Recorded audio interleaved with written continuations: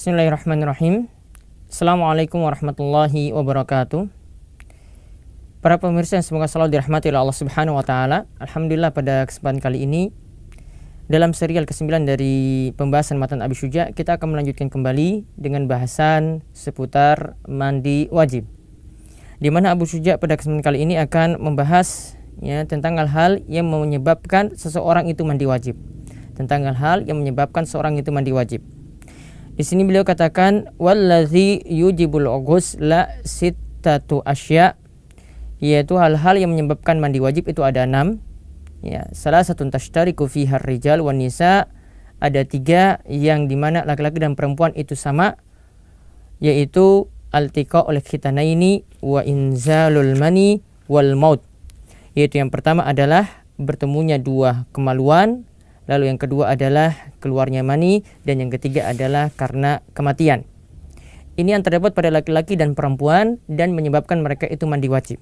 Yang pertama adalah bertemunya 2 kemaluan, yaitu ketika suami istri berhubungan intim. Ketika suami istri itu melakukan hubungan seksual, maka mereka punya kewajiban untuk mandi wajib selama kemaluan tadi bertemu antara kemaluan laki-laki dan perempuan, ibarat timba yang jatuh dalam sumur. Walaupun ketika itu tidak keluar mani, tetap menyebabkan mandi wajib. Sebagaimana ada beberapa hadis yang menunjukkan hal ini, yaitu diantaranya adalah hadis dari Abu Hurairah radhiyallahu anhu bahwasanya Nabi SAW itu bersabda, "Iza jalasa baina syu'abihal arba thumma jahadaha faqad wajabal ghusl." Yaitu jika seseorang itu telah duduk di bagian tubuhnya yang 4 dan dia itu bersungguh-sungguh untuk melakukan hubungan intim, maka telah wajib baginya untuk mandi.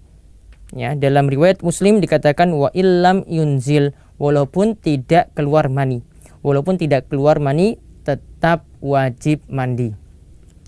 Kemudian yang kedua yang menyebabkan mandi wajib lagi adalah keluarnya mani. Keluarnya mani semisal seorang itu tanpa melakukan hubungan intim, seperti mimpi basah.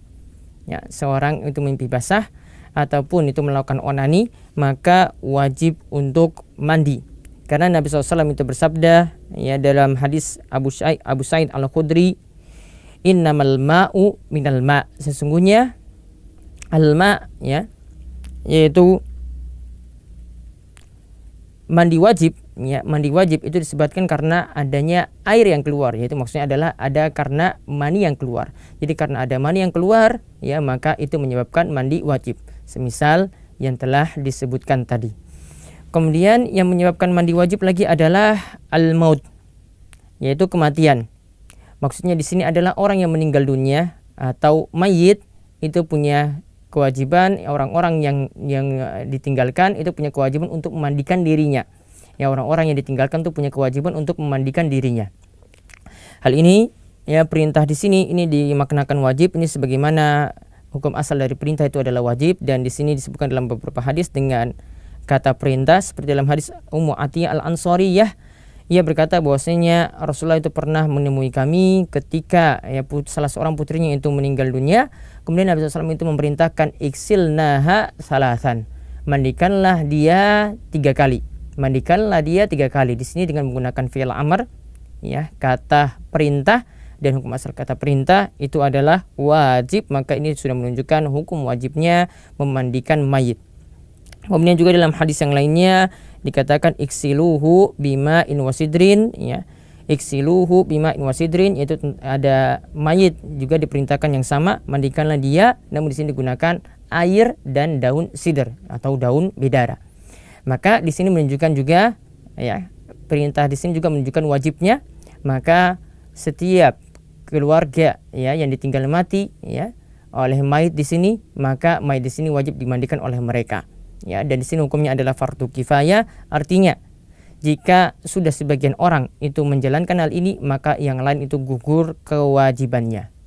Kemudian 3 hal lagi yang tersisa, yaitu khusus terdapat pada wanita, yaitu yang menyebabkan mandi wajib pada wanita, kata Abu Syuja. Yang pertama adalah al-haidu, yaitu mendapat atau telah suci dari haid.